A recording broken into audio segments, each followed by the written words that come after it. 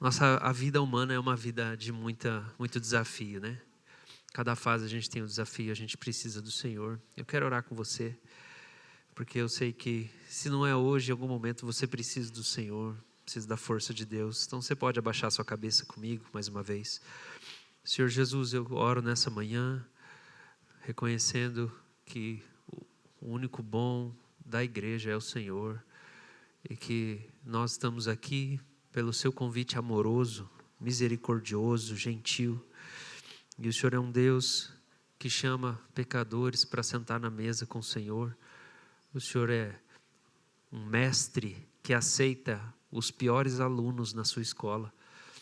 E o Senhor é tão paciente e manso que não tem problema a gente ficar errando, que o Senhor não desiste de nós. Obrigado, Senhor, por aqueles que já reprovaram tantas vezes na escola do Senhor, mas continuam matriculados.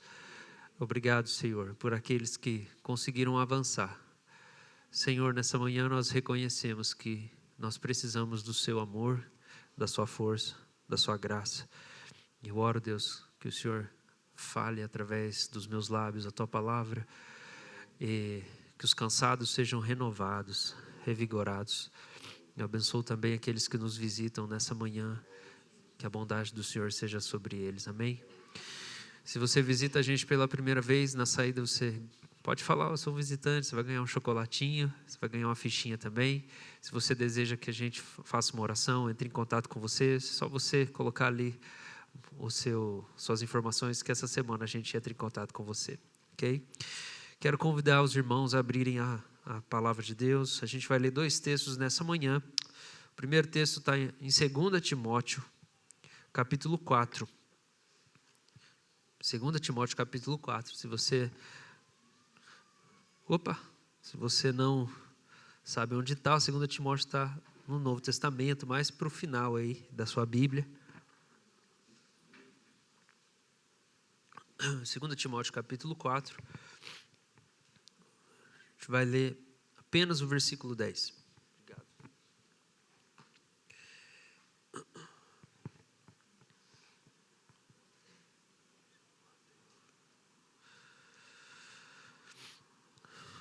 Está escrito assim: porque Demas, tendo amado o presente século, me abandonou e se foi para Tessalônica. Porque Demas, tendo amado o presente século, me abandonou e foi para Tessalônica. Agora você vai comigo em 1 Tessalonicenses, capítulo 1. Você vai voltar um pouquinho, você vai achar ali, 1 Tessalonicenses, capítulo 1. Carta que o apóstolo Paulo escreveu para a igreja que estava nessa cidade, onde nós acabamos de ler, que ele fala que Demas, provavelmente é uma abreviação de Demétrio ou algo nesse sentido. Às vezes Paulo faz algumas abreviações. Então, ele fala que Demas deixou Paulo e foi para a cidade de Tessalônica. E eu quero ler brevemente com vocês, nesse texto, sobre como era a igreja de Tessalônica e o que Paulo escreveu para Tessalônica. 1 Tessalonicenses 1, versículo de número 2, ou melhor, do versículo 1 até o versículo 10, está escrito assim: Paulo, Silvano e Timóteo, a igreja dos Tessalonicenses, em Deus Pai e no Senhor Jesus Cristo. Que a graça e a paz estejam com vocês. Sempre damos graças a Deus por todos vocês, fazendo menção de vocês em nossas orações, e sem cessar, lembrando-nos diante do nosso Deus e Pai da operosidade da fé que vocês têm e dedicação do amor de vocês e da firmeza da esperança que tem em nosso Senhor Jesus Cristo. Sabemos, irmãos amados por Deus, que Ele os escolheu. Por quê? Porque o nosso evangelho não chegou a vocês somente em palavra, mas também em poder, no Espírito Santo e em plena convicção. E vocês sabem muito bem qual foi o nosso modo de agir entre vocês, para o próprio bem de vocês. e vocês se tornaram nossos imitadores e do Senhor, recebendo a palavra com alegria que vem do Espírito Santo, apesar dos muitos sofrimentos. Assim vocês se tornaram modelo para todos os crentes na Macedônia e na Acaia. Porque a partir de vocês a palavra do Senhor repercutiu não só na Macedônia e na Acaia, mas a fé que vocês têm em Deus repercutiu em todos os lugares, a ponto de não termos necessidade de dizer mais nada a respeito disso. Porque no que se refere a nós, as pessoas desses lugares falam sobre como foi a nossa chegada no meio de vocês e como, deixando os ídolos, vocês se converteram a Deus para servir o Deus vivo e verdadeiro e para aguardar dos céus o seu Filho, a quem ele ressuscitou dentre os mortos, a saber, Jesus, que nos livra da ira vindoura. Vamos orar mais uma vez. Senhor, eu peço a tua ajuda para que o Senhor torne viva a tua palavra. A leitura da tua palavra já nos enriquece, mas eu creio e eu tenho uma expectativa de que o Senhor falará no fundo dos nossos corações nessa manhã. E assim eu peço a tua ajuda, eu te espero. Amém. O tema da nossa mensagem nessa manhã é uma igreja imune à desconstrução. Nós lemos primeiro a passagem do apóstolo Paulo falando sobre como ele estava sozinho. A gente sabe que o final de 2 Timóteo são as últimas palavras do apóstolo Paulo antes dele morrer, dele ser provavelmente decapitado. E nesse martírio dele, então, ele começa a dizer que ele está abandonado, ele foi deixado, ele está sozinho, ele pede para que Timóteo o socorra, ele está clamando, ele está num momento de solidão, de fragilidade. E uma das declarações que ele faz é que tinha uma pessoa que estava com ele, tinha um crente que estava com ele, que dava auxílio para ele, esse Demas.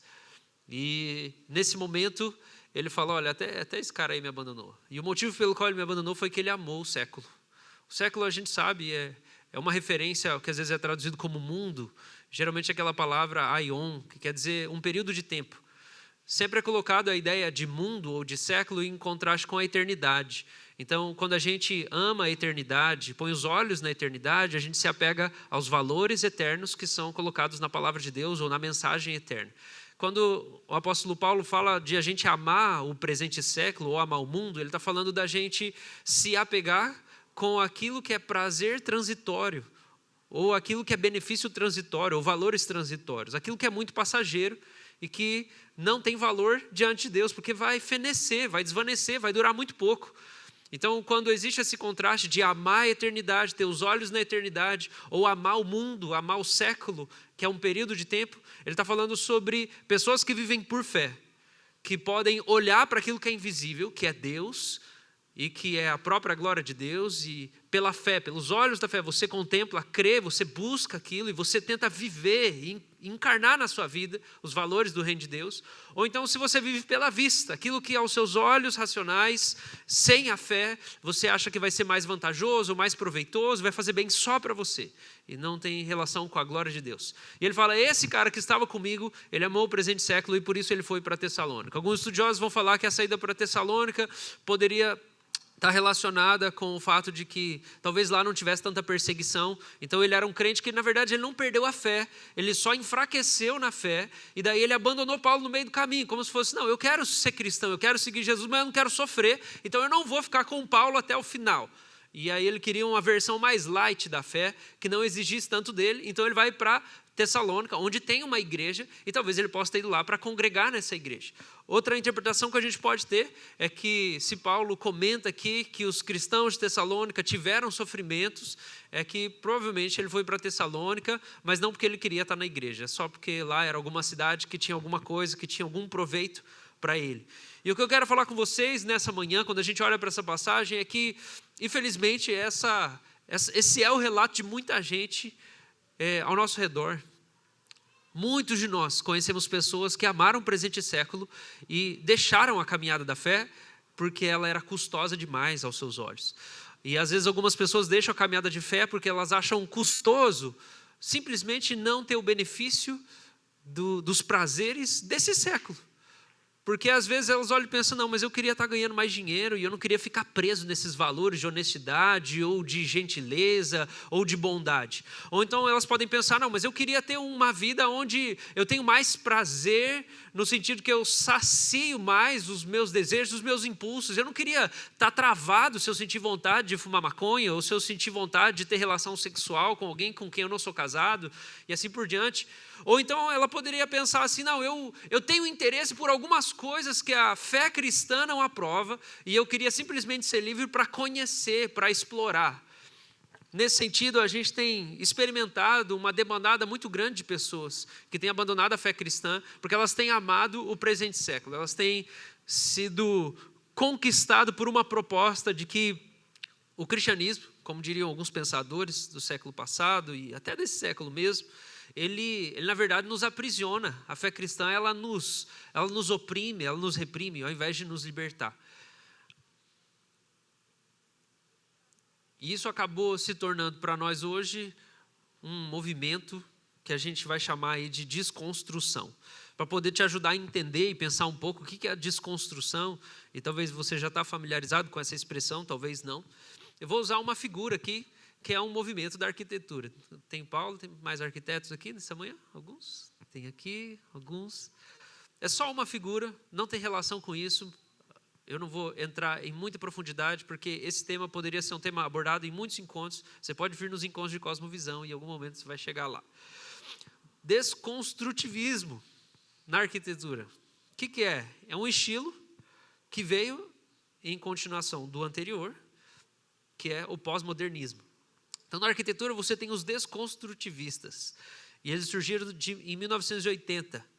Entre as suas principais características, a gente pode destacar a falta de harmonia e de simetria, que rompe com os pilares do movimento moderno. Ele faz oposição a regras, como pureza geométrica, forma em relação à função. Eu até poderia trazer imagens aqui, e a gente poderia explorar isso, mas eu queria passar rapidamente, porque eu não quero me exceder nessa manhã na mensagem, no tempo da mensagem.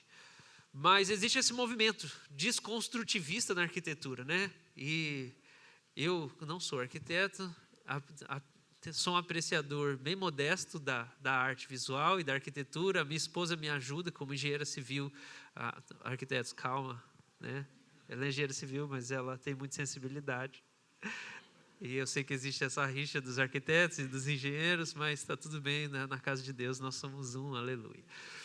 E a marca desse movimento, né, desconstrutivista, é da desconstrução das regras. Você construir e desenhar e pensar coisas que são fora do padrão. E se a gente for usar essa referência bem brevemente, bem superficialmente, na cidade de Deus, no meio do povo de Deus, no meio da igreja, que é a reunião dessa gente de Deus, a arquitetura está lançada sobre os pilares da palavra. Então a igreja, o povo de Deus, é um edifício espiritual, é uma figura que o apóstolo Paulo usa. E que existe toda uma orientação escriturística de como a gente constrói esse edifício, qual é o material que a gente usa para construir, qual é a planta do edifício. E o que tem acontecido é que tem surgido um movimento desconstrutivista no meio da igreja, se é que a gente pode falar desse jeito, em que a gente não, mas quem participa ou é movido por esse movimento pensa, a gente não precisa construir a igreja seguindo as regras do livro. A gente pode simplesmente sair das normas, a gente pode reinventar. Vamos reinventar, vamos repensar, vamos sonhar diferente a igreja. E esse movimento da desconstrução da fé, ele surgiu no meio do evangelicalismo americano. E ele é resultado do ceticismo científico europeu. Então, é um movimento no meio evangélico, primariamente, onde se tenta edificar a fé cristã e construir a igreja, rompendo com os pilares históricos da igreja. Então, esse movimento faz oposição, por exemplo, à doutrina, ele faz oposição a um dogma fixo, ele começa a questionar os dogmas antigos. Há 2000 anos a igreja crê no nascimento de Jesus pela concepção virginal de Maria. Ou então entende que Jesus de fato ressuscitou, ele ascendeu aos céus. Há 2000 anos a igreja tem o credo, que às vezes você não sabe por que a gente lê ele aqui de novo, mas é para poder deixar claro para você aquilo que muitas pessoas estão questionando. e que é base da nossa fé. Ou então, por exemplo, de que a gente crê, no final do credo está lá, creio na igreja. Quem lembra? Quem foi católico aí? Hã? Igreja Santa Católica, ou Santa e Universal. E creio na comunhão dos santos. Santa Católica. O que significa isso? Significa que existe um padrão de santidade, uma vida de santidade, de separação, que faz parte da identidade da igreja. O movimento de construção começa a questionar isso, se aquilo que é proposto como santidade ou regra moral é só uma construção social, e não um fundamento eterno, um fundamento doutrinário que sustenta a identidade da igreja. Ela advoga por um pluralismo religioso e diz que esse é o evangelho de Jesus. Qualquer religião, está tudo bem. Na verdade, não existe perdição. Na verdade, não há o dia do juízo final. E isso vai no sentido oposto do que a gente tem chamado de catolicidade. A desconstrução não aceita a tradição da igreja e a sua expressão, mas ela tenta destruir as bases para poder trazer uma renovação, que talvez a palavra não é nem renovação. Eu fui fazer uma pesquisa essa semana para poder me inteirar melhor de algumas coisas e eu acabei caindo num site. Eu confesso que é triste, mas dá vontade de rir. Chama The Sophia Society. E ele é, entre aspas, um ministério, se é que a gente pode dizer assim. Olha a missão do Sophia Society.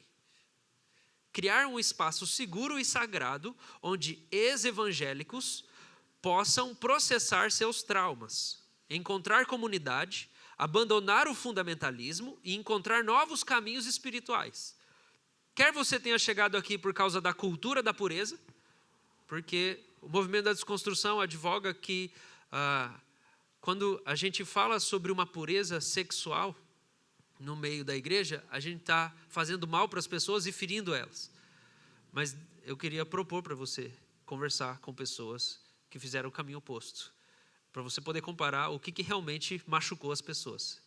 Se é a vida de pureza que tem machucado as pessoas ou se é a vida de dissolução que machuca as pessoas. Porque quando a gente lida no dia a dia com as lutas e as demandas que as pessoas trazem, elas chegam muito mais destruídas emocionalmente por causa dos relacionamentos sem parâmetro nenhum pelos quais elas passaram. Então ele diz, talvez você chegou aqui nesse site por causa da cultura da pureza. Talvez por causa da política partidária. Isso aqui para nós é muito claro, certo? A gente não apoia candidato nenhum. Talvez por causa do patriarcado. Talvez por causa da supremacia branca ou abuso espiritual. Esperamos que você encontre aqui as respostas que está procurando. A desconstrução é desorientadora.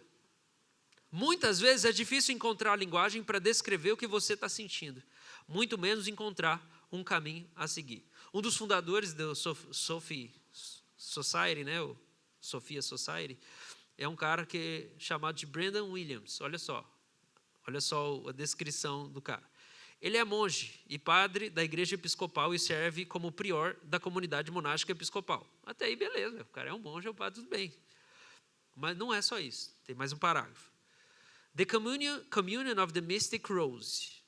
Um estudante e praticante de longa data da teologia mística. Tudo bem também. Teologia mística é um termo para falar sobre a busca espiritual. Então a gente lê os autores que tiveram experiências com Deus ao longo da história da igreja. Não tem problema nenhum.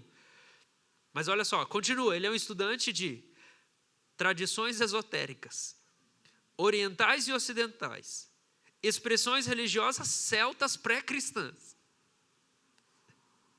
Ele manteve desde a infância o compromisso apaixonado com a busca experiencial da verdade por meio de religiosidades diversas e interseccionais. Ele é um herbalista ocidental clínico certificado. Trabalha ali na farmácia de manipulação. Trabalha em consultório particular como curandeiro tradicional. Diretor espiritual, não acabou ainda, está na metade ainda. Diretor espiritual, professor de religião, misticismo e modos de vida ancestrais. Vai te ensinar a fazer fogo com 2 gravetos. Ele frequentemente escreve e oferece instruções sobre teologia, animismo. Sabe o que é animismo? É uma visão de mundo, é uma religião que acredita que tudo que é natureza é Deus. Isso aqui é Deus. Eu sou Deus, você é Deus, tudo é Deus. Ele oferece instruções sobre ecologia espiritual. religião comparada, práticas contemplativas, mitologia e crenças gaélicas indígenas. Onde ele achou essas coisas? Dá palestras, workshops, seminários e peregrinações nos Estados Unidos e na Irlanda. Ele se junta à The Sophia Society como Monastic Scholar in Residence, criando cursos e conteúdos em torno de tradições místicas do cristianismo. Mas vamos lá, não acabou ainda não. Bem como das histórias ocultas da igreja. Histórias ocultas da igreja. Tem várias aqui. Pergunta aí que os irmãos vão contar as histórias ocultas que ninguém sabe. O cara parece mais bruxo do que um simples aprendiz de Jesus de Nazaré. Mas é isso mesmo que a desconstrução significa.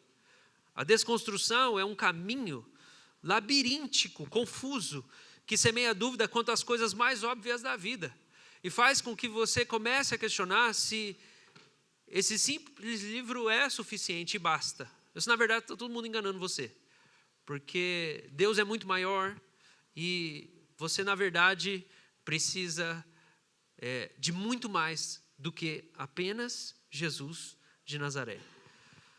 Gente, infelizmente, para muitos cristãos com uma fé frágil, isso aqui parece atraente demais. Eles olham e pensam, caramba, que legal, preciso ir.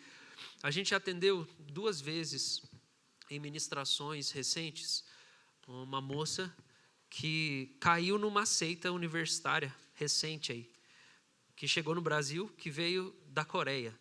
Eles se dizem cristãos, mas na verdade eles são uma seita meio estranha assim. E essa moça acabou tendo que passar por libertação 2 vezes. E isso porque ela entrou nos grupos de estudos bíblicos dentro da universidade. Gente, eu queria nessa manhã refletir com você sobre isso, porque é claro que o misticismo é apenas um dos braços da desconstrução, porque ele te joga para uma busca de experiências que você nem sabe direito, né, o que você deve esperar ou não. Existem muitos outros braços para isso, como por exemplo, e eu já citei aqui, a desconstrução ética moral, ou então a desconstrução da própria verdade, mas de uma maneira um pouco objetiva, eu queria falar com vocês sobre isso, sobre como a igreja pode ser uma igreja imune à desconstrução. E assim, é muito difícil isso. É muito difícil porque muitos de nós conhecemos pessoas, ou talvez você está passando por esse movimento, onde você está vivendo uma fase que você está questionando tudo. Você está questionando se a Bíblia é suficiente, você está questionando se a igreja faz sentido, você está questionando, mas sim, foi Deus que fez a maconha, por que eu não posso fumar ela? E assim por diante, são diversas dessas perguntas.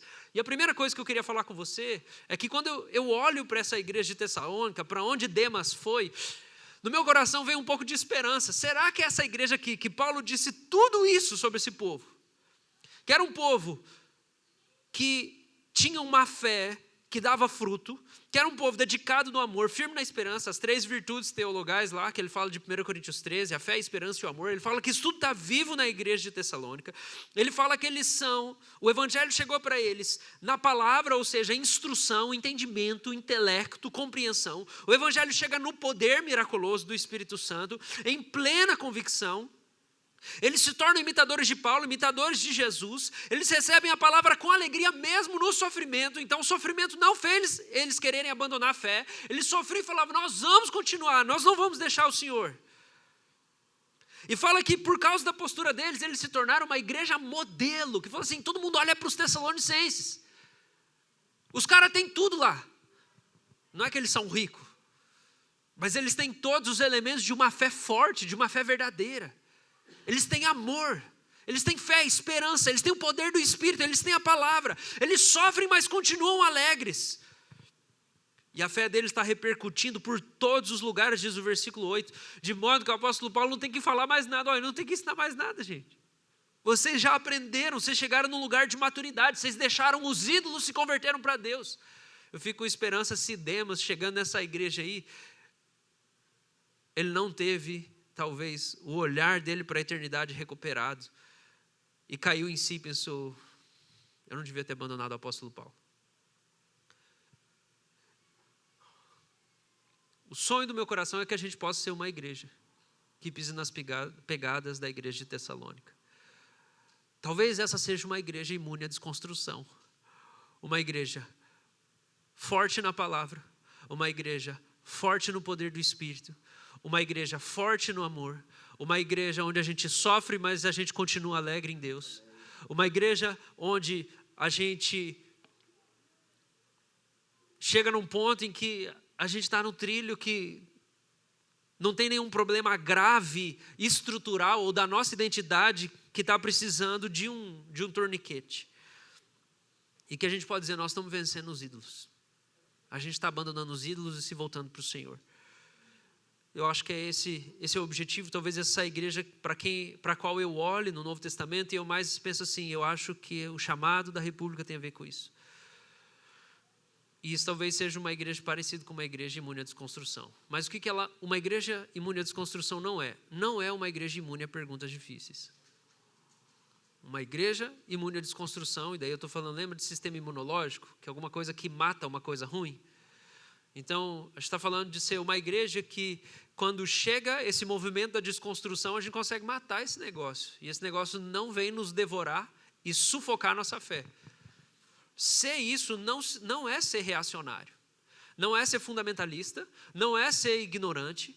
Não é ser imune a perguntas difíceis. Por quê? Porque nós temos perguntas difíceis na nossa vida. E nós temos perguntas difíceis dependendo da fase da nossa vida. E passar por reforma ou carregar o lema da reforma, que é a igreja reformada, sempre reformando, significa derrubar paredes. Tem hora que a gente desconstrói mesmo. Mas não é uma desconstrução sem fim, não é uma desconstrução completa. Tem hora que a gente tem que derrubar paredes na nossa caminhada de fé. Alguns de vocês vieram, como já falamos aqui, viciados de outras igrejas, de outras denominações. Você chegou aqui, você tem os seus conceitos todos prontinhos, da fé que você tinha antes, da igreja que você ia, da placa que você ia, de que eles falavam lá, você não pode ouvir música do mundo, você não pode isso, você não pode não sei o que lá, não sei o que lá, não sei o que lá. Você chegou viciado com um monte de coisa. Leva um tempo até você se permitir refletir acerca dessas coisas e pensar, tá, será que o que eu sempre aprendi não é daquele jeito? Isso para dizer o básico, para não falar sobre coisas que a gente às vezes trata com tanta paciência, no que diz respeito à própria ética, ou espiritualidade, ou a vida cristã, ou casamento, papel de marido e de mulher, papel da política, todas essas coisas. Você chegou aqui com alguns vícios. Mas existe algo que... Tem um livro chamado Gentileza que Cativa, fala sobre a apologética de Jesus. Dallas Willard fala assim, uma frase que me pegou, ele fala assim, ninguém consegue viver sem a verdade. Se é semeada em você, que o que você acredita é mentira, você não consegue ter sossego. As pessoas precisam da verdade para viver. Elas não conseguem ter paz se elas acham que o mundo é de mentira. Ou que o que a família ensinou para ela é mentira. Ou que a religião que elas seguem é mentira. Elas não conseguem, elas precisam da verdade. E o que acontece na nossa vida é que nós passamos por experiências naturais do curso da vida que fazem com que algumas crenças nossas simplesmente caiam para o chão. Porque eram crenças falsas. Eram crenças falsas, nossas crenças são desafiadas. A vida humana desafia as nossas crenças. E entenda o que eu estou falando, quando eu digo que até a doutrina que você crê é desafiada. Porque às vezes você fala assim, não, eu creio em Jesus, Jesus é o Senhor, e eu creio em oração. Tem gente que acredita em oração, tem cristão que não acredita que Deus responde oração, daí ele não ora. Tem cristão que tem certeza que Deus responde oração. Só que às vezes a relação que ele tem com oração é uma relação mágica. É uma relação fantasiosa. Ele pensa, se ele fizer oração, ele não tem que fazer mais nada.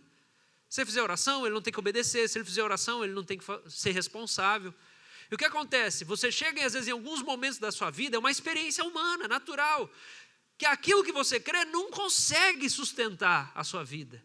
Porque tem coisa ali que é mentirosa, que é fantasiosa sobre Deus, que é sobre você, sobre a fé. Não funciona assim. A vida da igreja, tem gente que diz, nossa, a igreja é maravilhosa, todo mundo vai me amar. Não, todo mundo tem sua própria vida na igreja. Você vai ser acolhido. Vai ter gente que vai te ouvir, vai ter gente que vai orar com você, vai se dedicar para ajudar você a entender a própria Escritura.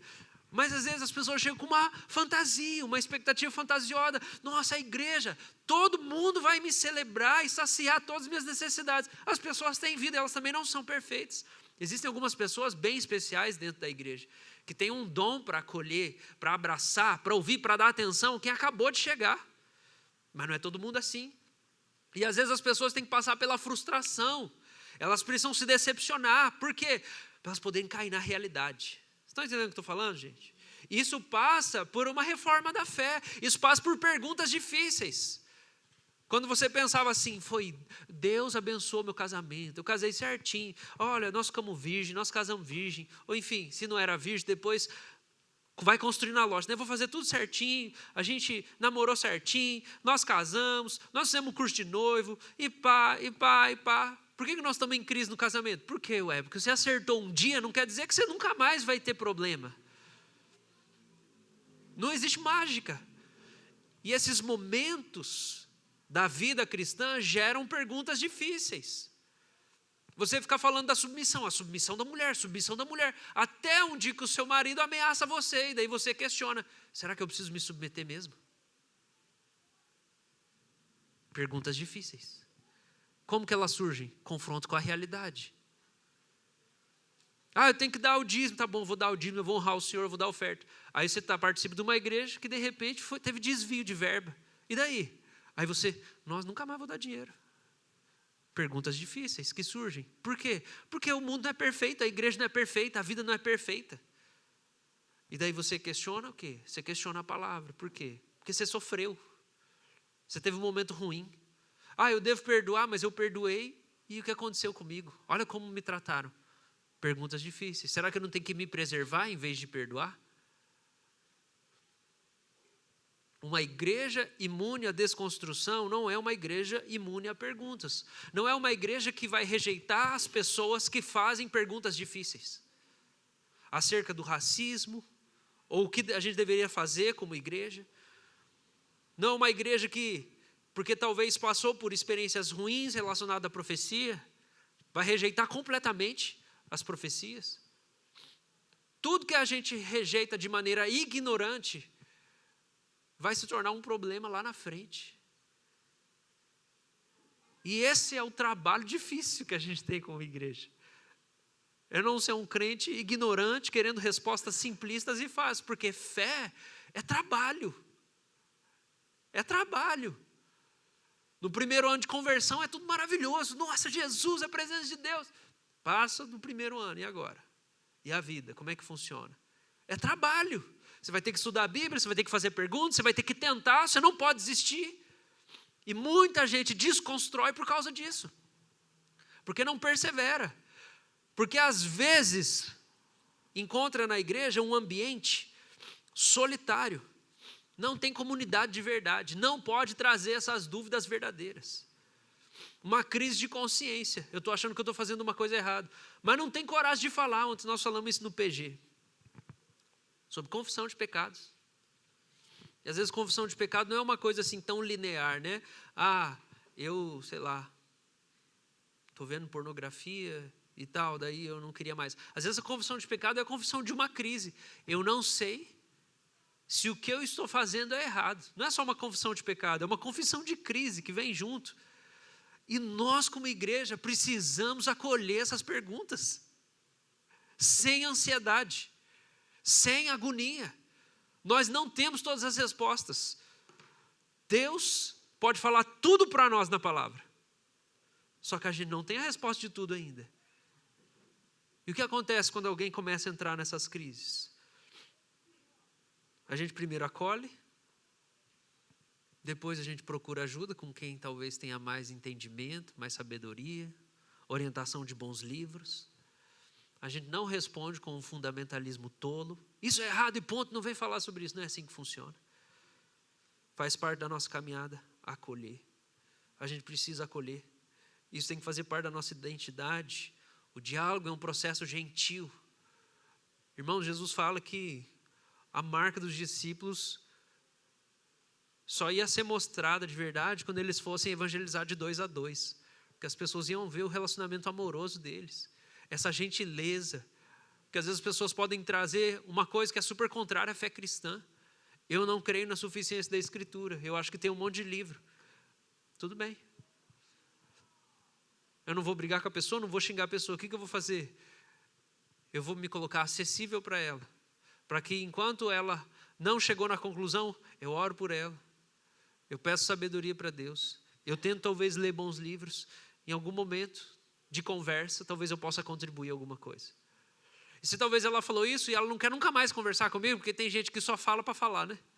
Eu estou fazendo isso aqui, mas eu nem quero conversar sobre isso, eu quero continuar fazendo. Você vai ter paciência, caminhar junto, você vai orar para que o coração dela se abra e para que ela enxergue que há algumas coisas que são meramente furada. É furada. Quem acha que a possibilidade de ter várias esposas é uma coisa boa, é porque realmente vive no mundo da fantasia. Não é porque mulher é ruim, mulher é maravilhosa, é uma bênção. Só que duas junto. Você já ouviu falar de ciúme? Não funciona. Se elas entrarem em acordo, não vai dar certo também. Porque é uma lei da realidade, criacional. Não foi assim.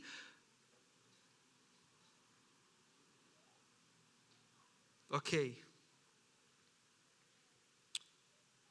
Eu queria relembrar a igreja nessa manhã que todas essas questões que muitos de nós temos, e eu sei que alguns de vocês carregam e não compartilham, elas não representam necessariamente rebeldia. Não representam necessariamente rebeldia. Mas talvez são perguntas que representam uma fé que está em busca de compreensão. E elas podem ser o fruto de um conflito com valores da sua casa, que não é um lar cristão. Elas podem ser conflitos com a experiência da cultura, que parece muito mais legal e saudável do que a vida de igreja. Isso não necessariamente representa rebelião. Então, para a gente ser uma igreja imune à desconstrução, a gente não pode repelir perguntas difíceis. Segunda coisa, uma igreja imune à desconstrução não é imune a quedas. Não pode ser imune às quedas. Por quê? Todo mundo cai na vida da igreja. Todo mundo peca. Todo mundo escorrega. Todo mundo tropeça. E enquanto a gente estiver mais preocupado em parecer bonito para o outro irmão do que estar saudável diante de Deus, a gente não cura, a gente não sara. Enquanto a gente ficar mais preocupado com o nosso orgulho, o que vão pensar, e se souberem, a gente não avança na fé. E às vezes o que leva algumas pessoas à desconstrução é justamente essa experiência mais emocional do que intelectual. É o sentimento de que a pessoa nunca pôde ser verdadeira de verdade no ambiente da igreja. Que ela nunca pôde falar o que ela sentia, ela nunca pôde falar. A vida inteira eu tenho atração por pessoas do mesmo sexo, mas eu sinto que eu nunca pude falar isso. Essa não é uma confissão, eu estou dando um exemplo, ok?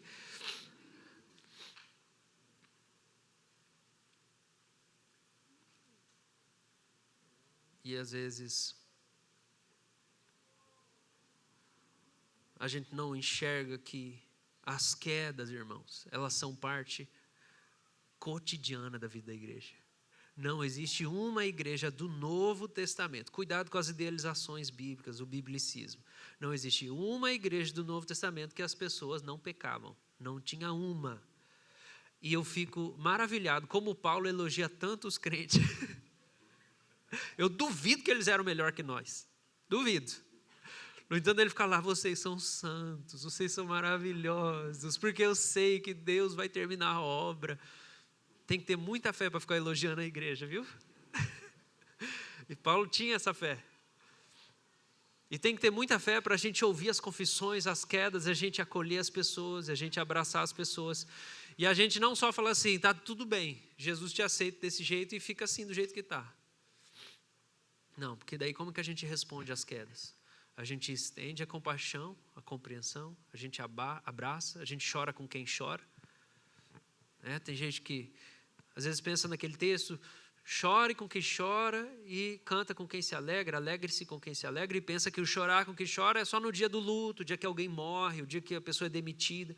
O chora com quem chora, chora com quem pecou também. É a lágrima do pecado, é a lágrima da contrição, é a lágrima de um crente que enfiou o pé na jaca mesmo, e aquilo vai ter repercussão e consequências. Não julga esse cara que está chorando, chora com ele também. É muito triste cair. É muito triste um adultério. É muito triste ferir outra pessoa. É muito triste. Chora. Chora junto. Mas não larga, não joga a Bíblia fora porque a pessoa está sofrendo. Esse é um movimento. Um movimento da desconstrução é, já que eu estou sofrendo tanto, não é possível que você venha trazer para mim alguma orientação de que eu tenho que mudar. Eu já estou sofrendo bastante, não me diga o que eu tenho que fazer, porque a minha vida já é difícil. Ah, irmãos, a força do arrependimento está justamente em não abrirmos mão daquilo que é verdade, daquilo que é palavra, daquilo que é padrão, daquilo que é instrução da Escritura. É o fato da gente ter uma verdade imutável, é que quebranta o nosso coração, que faz a gente se arrepender. Porque quando eu tropeço e eu vou caindo na autopiedade, na autocomiseração, e eu sou inclinado, e você é inclinado para isso, e todos nós crentes somos inclinados para isso. Eu tropecei, eu fico assim, ai, coitado de mim, é muito difícil seguir Jesus. Aí já vem a espada e fala assim, toma vergonha na cara. Levanta, porque o sangue de Jesus já morreu por esse pecado, ele lava você, e você continua caminhando agora. E talvez você assim, não, mas está difícil. Tá, sempre foi, sempre vai ser. Eu venci o mundo, bora. E daí você talvez, não, mas está doendo. Então, toma um banho gelado. Faz um jejum. Até você voltar para o eixo. Eu não vou pedir confessionário aqui não. Mas eu vou confessar. Todo homem, eu vou confessar a partir da minha experiência, eu vou confessar por todos os homens. Todos os homens, quando caem no pecado de pornografia e masturbação, nos próximos 3 ou 4 dias, se tornam mais ásperos com as suas esposas ou namoradas. Porque a violência está ligada com a imoralidade sexual. Essa é uma experiência, se você não tem discernimento espiritual, você nunca observou isso. Mas todo homem que faz isso, ou fez isso, isso destrói o amor, a afetividade, a ternura. Ele começa a ficar irritado com a esposa naquela semana. Isso acontece. E o que o crente, o homem tem que fazer? Quando ele percebe que o pecado dele, o adultério dele, a malícia do coração dele, está corrompendo a fé dele, a moral dele. Ele pode ficar lá assim, é mais forte do que eu. É muito difícil. Ou ele pode simplesmente acordar para a vida e falar assim, eu vou fazer um jejum, eu vou confessar o meu pecado, e eu vou praticar aquelas disciplinas espirituais que dão uns tapas na minha cara para eu poder voltar para o lugar que eu nunca devia ter saído, que é caminhar em santidade na direção do Senhor. Um dia, em algum momento, talvez esse ano ainda, eu conte de novo a minha história com a minha esposa, porque tem muita gente nova na igreja, nós temos uma história com um testemunho lindo e muito engraçado para contar. Mas quando eu estava apaixonado pela minha esposa, ela não sabia disso, e eu fui visitá-la, e ela morava na Europa. Um dia ou 2 antes de eu ir lá visitar, a gente não namorava, só eu estava gostando dela. Eu vi pornografia. Eu estava na Inglaterra. E eu fui tomado de uma consciência de pecado, fiquei mal.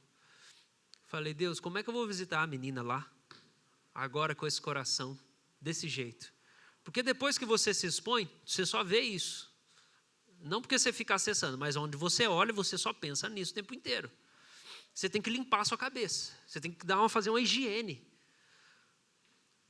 Pronto, Satanás, você não vai vencer. Eu desliguei o celular, imediatamente eu falei, a partir de agora são 48 horas, sem água, sem comida, eu vou humilhar a minha carne. Eu não posso ser vencido, eu preciso me arrumar. Aí eu fui lá visitar ela, ela falou, né? Falou assim, chegou de jejum na França, quem que faz jejum em Paris? Você não conhece minhas lutas, irmã? Às vezes o pastor é espiritual, não é por isso que ele faz essas coisas, é porque ele não é. O que a gente faz quando a gente cai? A gente abraça, a gente consola, mas a gente fala, levanta. A vida não acabou. Não desiste de Jesus, não desiste da caminhada de pureza, não desiste de fazer a vontade de Deus. Nós caímos tropeçando, então vai confessar, vai se consertar. O que tem que fazer? Faz. O que acontece com muitas pessoas é que diante da queda, diante do tropeço, ou elas recebem o julgamento, o fundamentalismo tolo, o afastamento, a rejeição. Não, você fez isso? Isso aí, claro que vai empurrar ela para longe do rebanho. Ela vai ser uma ovelha, uma presa fácil para os falsos mestres. Os lobos estão aí facilmente. Exclui alguém da vida da igreja, a fé dela não vai sobreviver. Porque a fé é vivida em comunidade, ela é consolidada em comunidade. Você precisa de amizade na vida da igreja. Não, mas eu estou lá para buscar Deus, para orar, para ler a Bíblia. Você não vai fazer isso se você não tiver amigos que fazem isso. Se você só tiver amigo que vai no bar beber, é isso que você vai fazer. Porque você é um ser humano social, você tem necessidade de socializar. E quando você estiver com falta, sentindo falta de pessoas, adivinha onde você vai? Com seus amigos. E o que eles fazem é o que você vai fazer.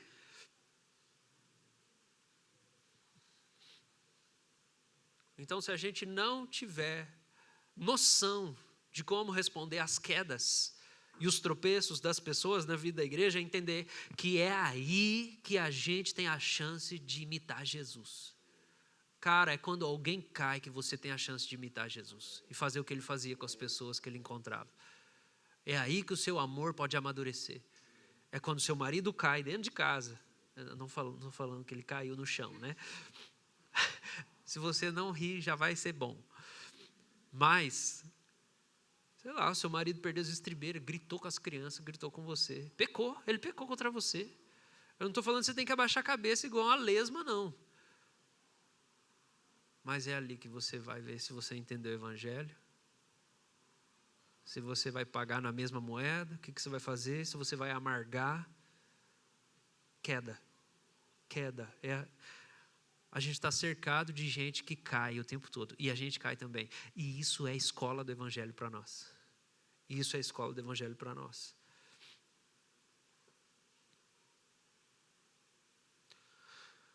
Uma igreja imune à desconstrução não é uma igreja imune à queda. As pessoas vão cair e a gente tem que aprender a lidar com isso. Em último lugar, uma igreja imune à desconstrução não é uma igreja imune aos traumas. E aqui, trauma, eu quero pegar essa definição. Traumas são experiências marcantes. Claro que o trauma é da área médica, né? Um trauma, um osso que quebrou, algo que saiu do lugar. Mas a gente usa isso também na psicologia. Traumas são experiências marcantes que podem promover adoecimento psíquico. São experiências marcantes que fazem a pessoa ficar emocionalmente, psicologicamente doente. Uma igreja madura, irmãos, é o lugar de sinais visíveis da graça de Deus. Onde as pessoas vêm com seus traumas e elas são ensinadas que elas podem seguir Jesus com traumas. Porque pessoas traumatizadas, elas pensam assim, eu não consigo seguir Jesus, a minha vida é muito zoada, o meu passado é muito zoado, você não sabe, os abusos que eu passei, as coisas complicadas da minha vida, eu não consigo. Não é assim que funciona o evangelho. O evangelho não é um convite para os disciplinados, o evangelho não é um convite para os vencedores, o evangelho não é um convite para as pessoas que mantém a vida em ordem, equilibrando todos os pratos. Não é isso o evangelho.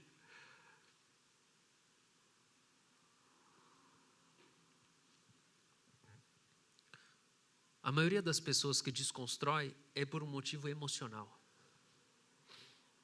É por causa de algum abuso, algum trauma, alguma agressão, algo que elas não conseguem processar e elas olham e falam assim, o cristianismo ortodoxo, a Bíblia não tem resposta. Não dá para ser evangélico. A maioria das pessoas com quem eu conversei, eu vou dizer para você, e que desconstruíram, não creem mais na autoridade da Bíblia, não tem mais regra moral, não tem problema. Qualquer orientação sexual de qualquer cunho, está tudo certo. A maioria é por causa de um trauma emocional.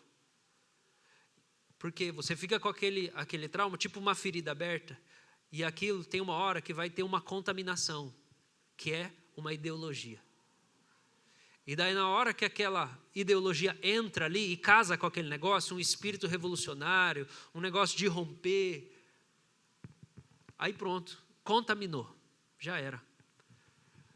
Se a gente souber lidar com traumas, se a gente for uma igreja emocionalmente saudável, que caminha nessa direção, uma comunidade de pessoas que prestam atenção naquilo que dói, nós temos passado por coisas um pouco difíceis nesses dias. Essa semana eu tive uma baixa emocional. Chegou de noite, eu não estava conseguindo dormir direito. Eu só estava pensando, estou fazendo as coisas erradas. Isso, aquilo.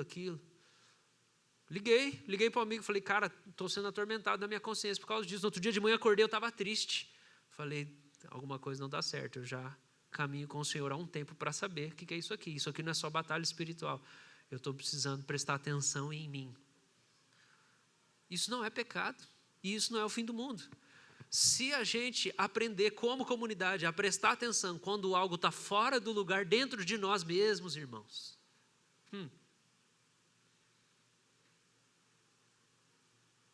Daí nós vamos poder ser o que Deus quer. Porque quando Deus tira o povo do Egito, lá em Deuteronômio, eu não lembro se é o capítulo 8, ele fala assim, vocês vão ser o povo mais saudável da face da terra. Deus quer isso da igreja. Não é a nossa marca aí não. Algumas são bem boas, mas assim, a fama nossa não é. Não é que nós somos um povo emocionalmente saudável. Só tem louco lá na igreja, é tudo doente. Mas não é isso que Jesus quer, não é isso que a Bíblia ensina. Eu olho e falo assim, cara, alguma coisa não está certa. Vou olhar para isso aqui, Jesus não tem medo disso. Como é que devia ser o coração daquela mulher no poço? Daquela mulher samaritana de João 4? Como é que devia ser? A minha esposa fala que eu não posso mais fazer piada porque mostra a minha idade, minhas referências estão passadas. Mas mais do que ela, eu só sei do Fábio Júnior. 5 vezes. Tem um Fábio Júnior, já estava na 8ª esposa. Está vivo o Fábio Júnior ainda? Nem sei. Cara, como é que deve ser casar 5 vezes?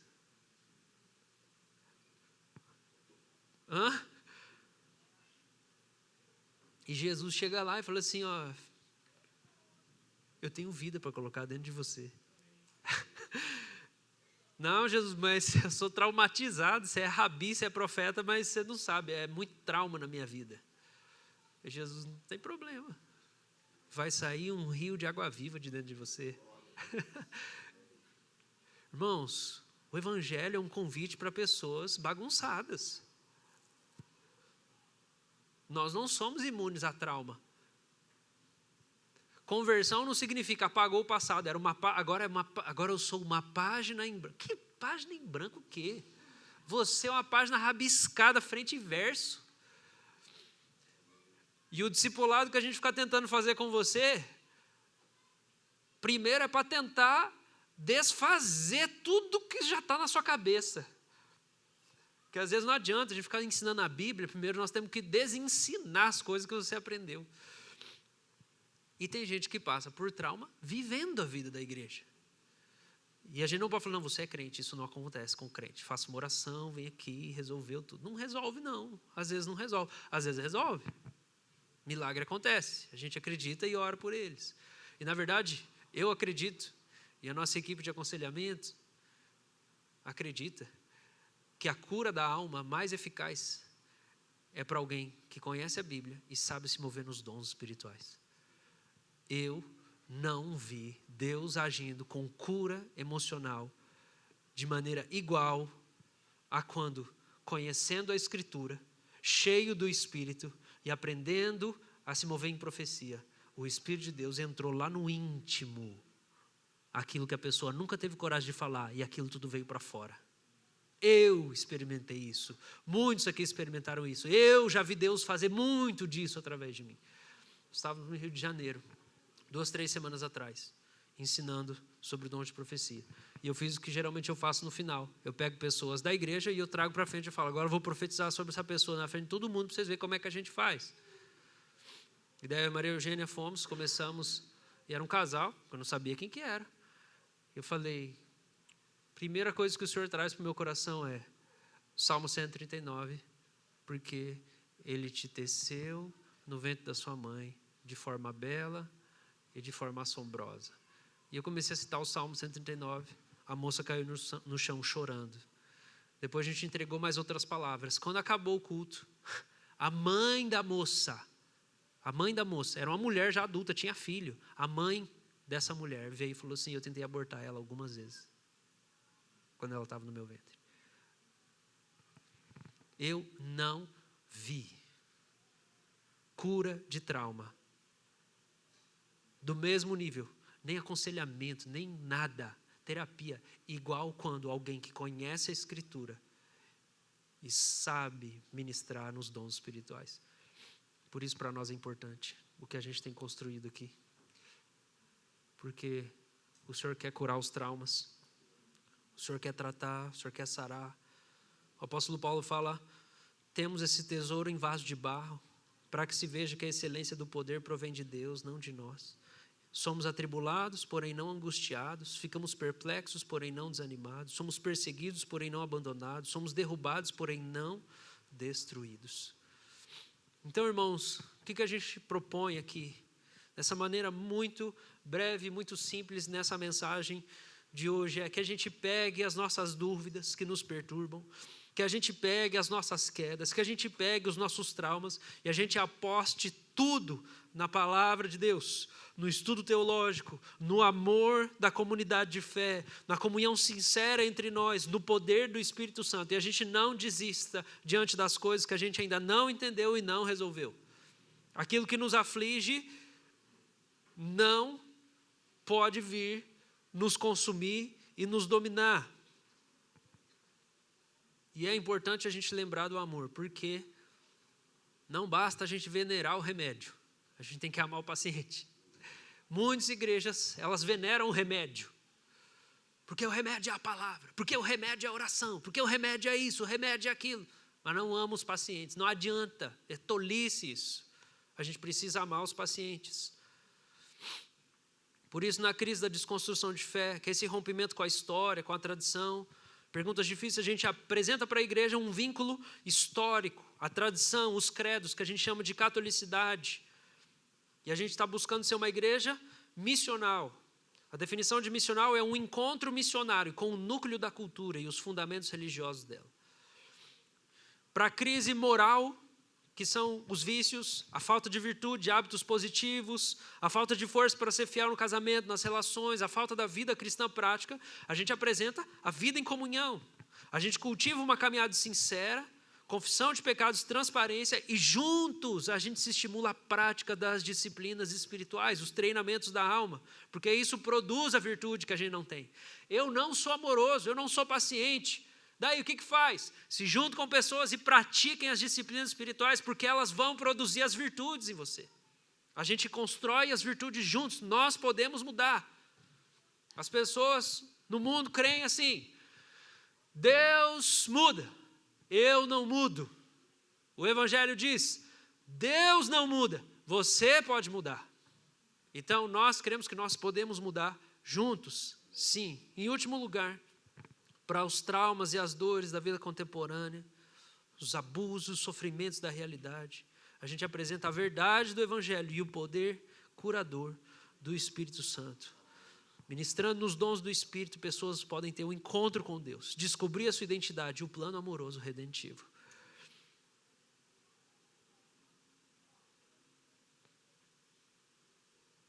Isso é o discipulado que a gente está procurando oferecer para a igreja. Você é o receptor dessas coisas, mas você também é chamado aqui para crescer e se tornar o participante de toda essa vida na vida de outras pessoas. Você é o receptor disso. Aqui você vai receber tudo isso, mas você também está sendo chamado pelo Senhor para crescer nessas coisas, para que a gente possa ser um modelo.